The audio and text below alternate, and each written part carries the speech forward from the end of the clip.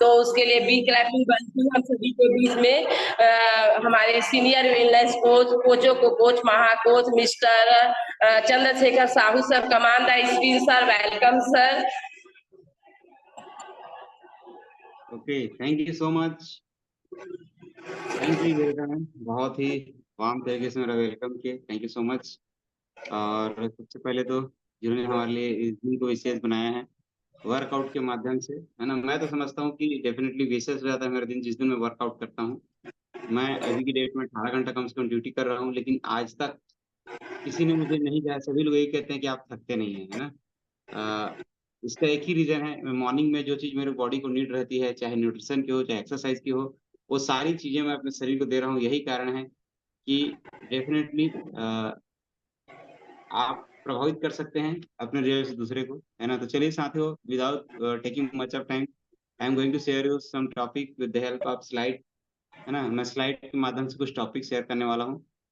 कोई जाएंगे नहीं, है ना। और प्लीज लिसन केयरफुली, है ना। जितना अच्छा सुनेंगे उतना ज्यादा अच्छा समझ में आएगा। और ये ऐसा टॉपिक है जो एक प्रकार का साइलेंट किलर होता है। साइलेंट किलर किसको बोलते हैं जानते हैं? साइलेंट किलर उसको बोलते हैं, है ना, जो हमारे शरीर में हमको पता नहीं रहता लेकिन ये प्रॉब्लम कर दे रहता है, और प्रॉब्लम होने के बाद उस कंडीशन में आते हैं जो इसका जो डैमेज हो रहता है उसे कंट्रोल करना मुश्किल होता है ना। हम बात करने वाले हैं हार्ट हेल्थ में से एक महत्वपूर्ण टॉपिक है, जिसका विशेष महत्व है हमारे लिपिड्स में, है ना, जो फैट होता है। तो एक फैट होता है कोलेस्ट्रॉल, और ये अधिकांशतः अच्छा भी होता है और जरूरत से ज्यादा मात्रा में बहुत ज्यादा घातक भी होता है, राइट। अच्छा इसलिए होता है कोलेस्ट्रॉल, बता रहा हूँ, क्योंकि कोलेस्ट्रॉल जब रहता है ना तो विटामिन डी का संश्लेषण होता है हमारे शरीर में, और ये चमड़ी के जस्ट नीचे पाया जाता है या रक्त वाहिकाओं में पाया जाता है, ठीक है। तो आप समझ सकते हैं, जैसे कि यहाँ पे नस नस को आपका आंतरिक व्यू दिखाया गया है, आंतरिक चीजों को दिखाया गया। अगर कोई हमारे पास वेन्स या आर्टरीज है, राइट, उसके अंदर में बहुत स्पेस रहता है ब्लड को ट्रेवल करने के लिए। ब्लड उसी के माध्यम से हमारे हार्ट तक जाता है और हार्ट के बाद सभी अंगों तक डिस्ट्रीब्यूट होता है ब्लड। देखिए, अगर ये वाहिकाएं समझिए जरा, अगर वाहिकाओं में अगर कोई दिक्कत आ जाए और ये नलिका सक्रिय होती चली जाए, है ना, सक्रिय होती चली जाए, तो जाहिर सी बात है आपके हार्ट तक उचित मात्रा में न तो ब्लड पहुंच पाएगा, न ही ऑक्सीजन पहुंच पाएगा, क्योंकि हार्ट के सेल्स को भी वर्क करने के लिए ऑक्सीजन की जरूरत होती है। तो दो चीजें हमारे तक अच्छे से नहीं पहुंच पाएंगी, एक तो ऑक्सीजन है, दूसरा है हमारा ब्लड, ठीक है। क्योंकि ब्लड पहुंचेगा, जाहिर सी बात है एचबी ही ऑक्सीजन का क्या करता है, परिसंचरण करता है, बॉडी में पूरा फैलाता है, ठीक है। तो अगर हार्ट तक, ये सोचो जरा, अगर नलिकाएं सक्रिय हो जाए तो क्या स्थिति होगा। आप एग्जाम्पल देखिए, आपके पास घर में कोई पाइप रहता होगा, पाइप में अगर कोई चीज जाम हो जाए तो क्या होता है। अगर पाइप को ही जाम हो जाएगा तो थोड़ा धीरे रफ्तार से पानी आती है ना। लेकिन अगर उस पाइप को ही कहीं पे पूरी तरीके से बंद कर दिया जाए तो हो सकता है मोटर पे भी प्रभाव पड़े। कितने लोग सहमत है कि मोटर पे इसका दुष्प्रभाव पड़ सकता है? किसी को समझ में आ रहा है क्या बताना चाह रहे हैं? एक मिनट ना, सबसे पहले डू नॉट डिस्टर्ब मोड को ऑन कर देता हूँ, है ना। ये चीजें होती है, ठीक है। चलिए, तो देखिए, कौन बताएगा, अगर आपका पाइप है जिसे पानी बह रहा है, उस पाइप को मोटर चालू है और उस पाइप को ही बीच से दबा करके बंद कर दिया जाए, क्या स्थिति होगा, है ना। क्या स्थिति होगा? मोटर पे प्रभाव पड़ेगा कि नहीं पड़ेगा? डेफिनेटली मोटर पे प्रभाव पड़ेगा। हो सकता है आपको मोटर में उसका फंक्शनिंग प्रभावित हो जाए, वो हो सकता है खराब भी हो जाए, ठीक है। ये मैकेनिज्म है, अगर हम किसी नलिका को दबाते हैं और ऊपर से कुछ चीज फ्लो होते रहता है, क्योंकि हार्ट तो प्रॉपरली प्रेशर देते रहेगा ब्लड फ्लो करने के लिए, लेकिन ब्लड फ्लो के हार्ट प्रेशर दे रहा है, लेकिन हमारा जो कोलेस्ट्रॉल है वो नलिका में पूरी तरीके से जाम हो गया है, ब्लॉकेज कर दिया है। तो जाहिर सी बात है हमारे हार्ट का पे दुष्प्रभाव पड़ने ही वाला है, ठीक है। अब देखिए जरा, ये जो ये मोम जैसा पदार्थ दिखाई दे रहा होगा पीले रंग का, इसे ही हम लोग कोलेस्ट्रॉल बोलते हैं। ये एक प्रकार का फैट है, वसा है। और साथियों आप लिख सकते हैं, अगर लिख ही रहे होंगे, तो कोलेस्ट्रॉल का उत्पादन या जो सोर्स है दो जगह से होता है ना। कोलेस्ट्रॉल लगभग लगभग हमारा आधे से ज्यादा कोलेस्ट्रॉल का हमारा लीवर लीवर बनाता है। लीवर, जी हाँ, लीवर कोलेस्ट्रॉल का फॉर्मेशन करता है। और दूसरा कोलेस्ट्रॉल मिलता है हमको जो खाने के माध्यम से मिलता है। तो हमारा इस कोलेस्ट्रॉल का उत्पादन लीवर भी करता है। लीवर ये करता है कि कुछ अच्छे कोलेस्ट्रॉल बनाता है ताकि शरीर में जो अच्छे प्रकार का फैट हो। और मैंने बताया ना, अगर आपके शरीर में कोलेस्ट्रॉल कम है तो विटामिन का डी का संश्लेषण में कमी आएगी, है ना। तो बहुत सारी दिक्कतें भी होती है अगर कोलेस्ट्रॉल लेवल कम हो तो, ठीक है। और दूसरा कोलेस्ट्रॉल होता है जो हम खान पान के माध्यम से हमारे पेट हमारे है ना पूरे बॉडी में सर्कुलेट होता है, वो है हमारा खाना। खाने से भी कोलेस्ट्रॉल मिलता है, फैट से, ठीक है? जितने भी ट्रांस फैट वाली चीज़ें हैं, जो गलत प्रकार की वसा वाली युक्त चीज़ें हैं, उनसे भी हमारे शरीर को कोलेस्ट्रॉल मिलता है, जो कि घातक रहता है, ठीक है? चलिए बेसिकली चलते हैं, क्या कोलेस्ट्रॉल है, what is cholesterol and function. ठीक है, एक प्रकार का कोलेस्ट्रॉल क्या है, लिपिड है यानी फैट है, चर्बी है, जो मोम जैसे दिखाई देता है, ये स्वाभाविक रूप से लीवर पैदा करता है, ठीक है? और ये क्यों ज़रूरी है, जानना भी ज़रूरी है। सबसे पहले ये कोशिकाओं का जो मेम्ब्रेन है, कोशिका झिल्ली मैंने बताया ना, स्किन के नीचे में जो लेयर होता है, उसका निर्माण करने के लिए उपयोग होता है। दूसरा होता है कुछ हार्मोन और विटामिन डी। मैंने पहले ही कहा, अगर विटामिन डी का संश्लेषण करना है, विटामिन ए, डी, ई और के लिख लीजिए। विटामिन ए, डी, ई और के वसा में घुलनशील है, तो विटामिन डी का संश्लेषण जब तक अच्छे से नहीं हो, जब तक हमारे शरीर में कुछ अच्छे प्रकार के कोलेस्ट्रॉल ना हो, ठीक है? दूसरा इम्पोर्टेंट ये है कि पानी में नहीं घुलता कोलेस्ट्रॉल, है ना?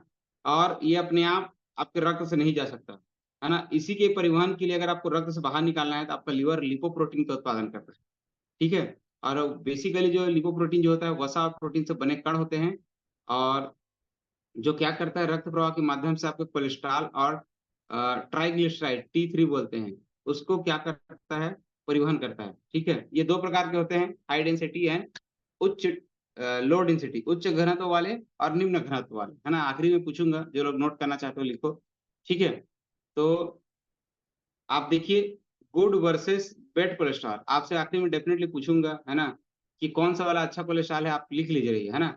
हाई डेंसिटी जो लिपोप्रोटीन होता है, जिसका घनत्व ज़्यादा रहता है, उसे हम लोग गुड कोलेस्ट्रॉल बोलते हैं। एचडीएल इज़ गुड कोलेस्ट्रॉल, है ना? हमारे बॉडी के लिए बहुत अच्छा है। शुरुआत वाले में देखिए, बीच में पीले-पीले रंग का जो डॉट-डॉट दिखाई दे रहा होगा शुरू वाले में, इसे हम लोग बोलते हैं एचडीएल, और मैंने बताया इसका बहुत सारी भूमिका है, बहुत ज़्यादा रोल है इसका, अच्छा काम करता है। दूसरा होता है, देखिए ज़रा नीचे में जो जम जा रहा है, लो डेंसिटी लिपोप्रोटीन, ठीक है? इसको बोलते हैं एलडीएल, ठीक है? एलडीएल ये आर्टरी को नैरो करता है, सक्रिय करती है नलिकाओं को, और ज़ाहिर-सी बात है ये हमारे शरीर के लिए सही नहीं रहता। तो लो डेंसिटी वाला अच्छा नहीं है, गुड डेंसिटी वाला अच्छा है। देखिए इसका पैरामीटर एक और चित्र से बताने का प्रयास कर रहा हूँ। ऊपर वाले को देखिए, ऊपर वाला को देखिए कि, है ना? ऊपर वाला देखिए, ये है एलडीएल, है ना? ऊपर वाला समझ सकते हैं, बहुत ज़्यादा मात्रा में नलिकाओं को सक्रिय कर रही है, और नीचे में देखिए मस्त मोतियों की तरह पिरोया हुआ है बीच-बीच में। तो ऐसा वाला जो है ना, ठीक है, आपको ध्यान में रखना है। ऐसा वाला नीचे वाला बहुत अच्छा कोलेस्ट्रॉल है, ऊपर वाला देखिए खराब है, और राइट में जो दिखाई दे रहा होगा, है ना, हमारी जो आर्टरीज़ है, उसकी जो दीवारों को एकदम सक्रिय करती जा रही है, और ब्लड सेल्स जो है, रेड ब्लड सेल्स आरबीसी ठीक से ट्रेवल नहीं कर पा रहा है। आप देखिए ज़रा, है ना? इस पार से उस पार कुछ अगर हम ब्लॉकेज कर दें, तो ज़ाहिर-सी बात है, ये हमारे हार्ट के लिए भी घातक है और बहुत सारे अंगों के लिए भी घातक है। ठीक है? तो साथ ही निर्भर करता है हम कैसे खान-पान करते हैं, उसी के अकॉर्डिंग हमारा कोलेस्ट्रॉल निर्धारित होता है। टोटल कोलेस्ट्रॉल कितना होना चाहिए? अगर आपसे पूछा जाए एलडीएल, एचडीएल और ट्राइग्लिसराइड्स, ठीक है? ट्राइग्लिसराइड ट्रांसपोर्टेशन के लिए ज़रूरी है, परिवहन के लिए ज़रूरी है ना? तो कुल कोलेस्ट्रॉल होना चाहिए 200 मिलीग्राम प्रति डेसीलिटर, है ना? अगर कभी आपने लिपोप्रोटीन का टेस्ट कराया होगा, तो आपको समझ में आता होगा कि कुल कोलेस्ट्रॉल कितना होनी चाहिए, 200 मिलीग्राम प्रति डेसीलिटर, इससे कम हो तो बहुत बेहतर है, ठीक है? अब 200 में से हमारा 3 चीज़ होता है, बताया ना, एचडीएल, एलडीएल और ट्राइग्लिसराइड, तो तीनों का लेवल देख लेते हैं। एलडीएल है ना? जो बेड कोलेस्ट्रॉल है, 130 मिलीग्राम से कम होना चाहिए, है ना? और अगर ये ज़्यादा है, ज़ाहिर-सी बात है, हृदय रोग की आपकी संभावनाएँ हैं। एचडीएल जो गुड कोलेस्ट्रॉल है, 60 मिलीग्राम प्रति डेसीलिटर, नोट करना चाहिए आपको, है ना? 130 और 60, तो दोनों जोड़ेंगे तो 190, तो 10 मिलीग्राम डेसीलीटर जो है, थोड़ा बढ़ेगा तो कोई दिक्कत नहीं है। और इन दोनों को छोड़ कर के एक और होता है जो T3 बोलते हैं इसको, है ना?